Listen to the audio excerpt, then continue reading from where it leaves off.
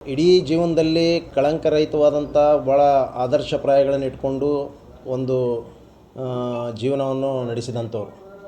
ಇವತ್ತು ಅಂಥವ್ರ ಮೇಲೆ ಎಲ್ಲೋ ಒಂದು ಕಡೆ ಬಿ ಜೆ ಪಿಯವರು ಉದ್ದೇಶಪೂರ್ವಕವಾಗಿ ಅವ್ರಿಗೆಲ್ಲೋ ಒಂದು ಕಡೆ ಅಧಿಕಾರದಿಂದ ಕೆಳಗಿಳಿಸಬೇಕು, ಅವರ ಒಂದು ಹೆಸರಿಗೆ ಕಳಂಕ ತರಬೇಕನ್ನುವಂಥ ದೃಷ್ಟಿಯಲ್ಲಿಟ್ಕೊಂಡು ಕೆಲವು ಆಗಲಾರ್ದಂಥ ತನಿಖೆಗಳನ್ನು ಕೂಡ ತನಿಖೆ ಮಾಡಿಸುವಂಥ ರೀತಿಯಲ್ಲಿ ಮಾಡಿ ಇವತ್ತು ಭಾಳಷ್ಟು ಪ್ರಯತ್ನ ಮಾಡ್ತಾಯಿದ್ದಾರೆ. ಅವ್ರಿಗೂ ಗೊತ್ತು ಅಂತಿಮ ಫಲ ಮಾತ್ರ ಇದು ಸಿದ್ದರಾಮಯ್ಯವರು ಇದರಲ್ಲಿ ಹಸ್ತಕ್ಷೇಪ ಇಲ್ಲ ಅನ್ನೋಂಥದ್ದು ಅವ್ರಿಗೂ ಗೊತ್ತು, ಎಲ್ಲರಿಗೂ ಗೊತ್ತು, ಇಡೀ ಜಗತ್ತಿಗೆ ಗೊತ್ತು. ಆದರೂ ಕೂಡ ಎಲ್ಲೋ ಒಂದು ಕಡೆ ಜನರ ಒಂದು ಏನು ಮನಸ್ಸನ್ನು ಬೇರೆ ಕಡೆ ಸೆಳೀಲಿಕ್ಕೆ ಇವರು ಈ ರೀತಿಯ ಕುತಂತ್ರಗಳನ್ನು ನಡೆಸಿದ್ದಾರೆ. ಇವತ್ತು ಬಹುಶಃ ಅವರಿಗೆ ಮುಖಭಂಗವಾಗಿದೆ.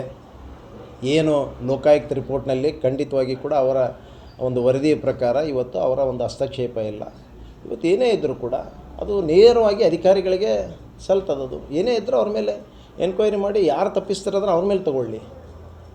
ಇವತ್ತು ವಿನಾಕಾರಣ ಇವ್ರ ಮೇಲೆ ಈ ರೀತಿ ಗೂಬೆ ಕುಡಿಸುವಂಥದ್ದು ನಾವ್ಯಾರು ಕೂಡ, ನಾವಷ್ಟೇ ಅಲ್ಲ ಇಡೀ ರಾಜ್ಯದ ಜನರು ಯಾರೂ ಒಪ್ಪೋದಿಲ್ಲ. ಈಗ CBI ತನಿಖೆ ಮಾಡಬೇಕಂತ ಹೇಳ್ತಾರೆ ಸರ್. ಅಲ್ಲಿ ಈ 108 ತನಿಖೆಗಳು ಅವ್ರು ಮಾಡೋವಂಥದ್ದೇ ಅದೇ ಕುತಂತ್ರ, ಅವ್ರು ಬಿಟ್ಟರೆ ಬೇರೆ ಇಲ್ಲ. ಅವ್ರಿಗೆ ನಮ್ಮ ರಾಜ್ಯದ ನ್ಯಾಯಾಂಗದ ಮೇಲೆ ನ್ಯಾಯಾಂಗ ತನಿಖೆ ಮೇಲೆ ಅವರಿಗೆ ಎಲ್ಲಿ ನಂಬಿಕೆ ಇಲ್ಲ. ಯಾವುದು ತನಿಖೆಗಳನ್ನು ಕೊಟ್ಟರೂ ಕೂಡ ಅಂತಿಮ ರಿಸಲ್ಟು ಇದೇ ಬರೋದು. BJP ಯಾವುದೂ ಪ್ರೂವ್ ಆಗೋಕ್ಕೆ ಸಾಧ್ಯನೇ ಇಲ್ಲ. BJP ನಾಯಕರು ಭಾಳ ಮಾತಾಡಿದ್ದಾರೆ ಸರ್. ಸಿದ್ದರಾಮಯ್ಯನವರು ಬರೀ ಕಪ್ಪು 40 ವರ್ಷ ರಾಜಕಾರಣ ಮಾಡಿದ್ದಾರೆ, ಮಸಿ ಹಚ್ಕೊಂಡು ರಾಜಕಾರಣ ಮಾಡಿದ್ದಾರೆ, ಕಪ್ಪು ಚುಕ್ಕೆ ಇಲ್ಲ ಅಂತೇಳಿ. ಬಹುಶಃ ಅವ್ರ ನಾಯಕರುಗಳದೆಲ್ಲ ಇತಿಹಾಸ ತೆಗೆದು ನೋಡಿದರೆ, ರಾಜ್ಯದ ನಾಯಕರಲ್ಲ ರಾಷ್ಟ್ರ ನಾಯಕರ ಇತಿಹಾಸವನ್ನು ತೆಗೆದುಕೊಂಡ್ರೂ ಕೂಡ ಅವ್ರದ್ದು ಯಾವ ರೀತಿ ಕಪ್ಪು ಮಸಿ ಬಳ್ಕೊಂಡಿದ್ದಾರೆ ಅನ್ನೋದು ಅವ್ರಿಗೆ ಅರ್ಥ ಆಗ್ತದೆ.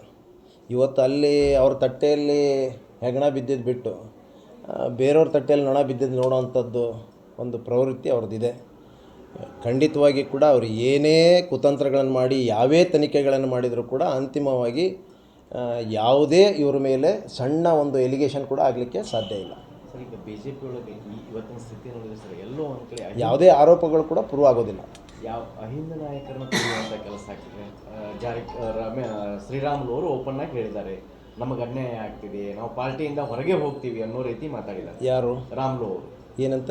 ನನಗೆ ಅನ್ಯಾಯ ಆಗ್ತಿದೆ BJPಯಲ್ಲಿ, ನಾನು ಆ ಒಂದು ಪಾರ್ಟಿಯಿಂದ ಬಿಟ್ಟೇ ಹೋಗ್ತೀನಿ ಅಂತೇಳಿ. ಅದು ಯಾವತ್ತೂ ಕೂಡ ಆ ಪಕ್ಷದಲ್ಲಿ ಇದ್ದಂಥದ್ದೇ. ಆ ಪಕ್ಷದ ಸಿದ್ಧಾಂತನೇ ಬೇರೆ. ಎಲ್ಲೋ ಒಂದು ಕಡೆ ಕೆಲವ್ರನ್ನ ತುಳಿಯುವಂಥದ್ದು, ಕೆಲವ್ರನ್ನ ಟಾರ್ಗೆಟ್ ಮಾಡುವಂಥದ್ದು ಆ ಪಕ್ಷದ ಸಿದ್ಧಾಂತಗಳೇ ಅದು ಭಾಳ ವ್ಯತಿರಿಕ್ತವಾಗೇ ಇದ್ದಾವೆ. ಆ ನಿಟ್ಟಿನಲ್ಲಿ ಬಹುಶಃ ಆ ಪಾರ್ಟಿಯಲ್ಲಿ ಯಾರೂ ಕೂಡ ಭಾಳ ಧೈರ್ಯವಾಗಿ ಉಸಿರಾಡುವಂಥ ವಾತಾವರಣ ಅಲ್ಲಿಲ್ಲ. ಎಲ್ಲ ಕಡೆ ಅಲ್ಲಿ ಹಿಟ್ಲರ್ ರೂಲ್. ಅಲ್ಲಿ ಏನು ಮೇಲೆ ಹೈಕಮಾಂಡ್ ಯಾವುದೇ ನಿರ್ಧಾರಗಳನ್ನು ತೆಗೆದುಕೊಂಡ್ರೂ ಕೂಡ ಅದನ್ನು ತಲೆಬಾಗಿಸ್ಬೇಕು.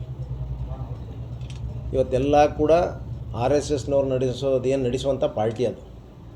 ಅವ್ರು ಏನು ಕುತಂತ್ರಗಳನ್ನ ಮಾಡ್ತಾರೆ, ಏನು ಮಾಡ್ತಾರೆ ಅದೇ ಅಂತಿಮ. ಅಲ್ಲಿ ರಾಮುಲು ಅವರು ಪಕ್ಷ ಬಿಡೋದು ರೆಡಿ ಆಗಿದೆ ಸರ್. ಕಾಂಗ್ರೆಸ್ಸಿಗೆ ಸೇರ್ಬೇಕಂತೂ ಆ ಥರದ ಚರ್ಚೆಗಳು ನಡೆದವು ಸರ್. ಅದು ಏನು ಚರ್ಚೆಗಳು ನಡೆದಿದ್ದಾವೋ ನನಗೆ ಗೊತ್ತಿಲ್ಲ. ಯಾರು ನಮ್ಮ ಪಕ್ಷದ ಸಿದ್ಧಾಂತಗಳನ್ನು ಒಪ್ಕೊಂಡು ಬರ್ತಾರೋ ಅವ್ರಿಗೆ ಸ್ವಾಗತ ಇದೆ.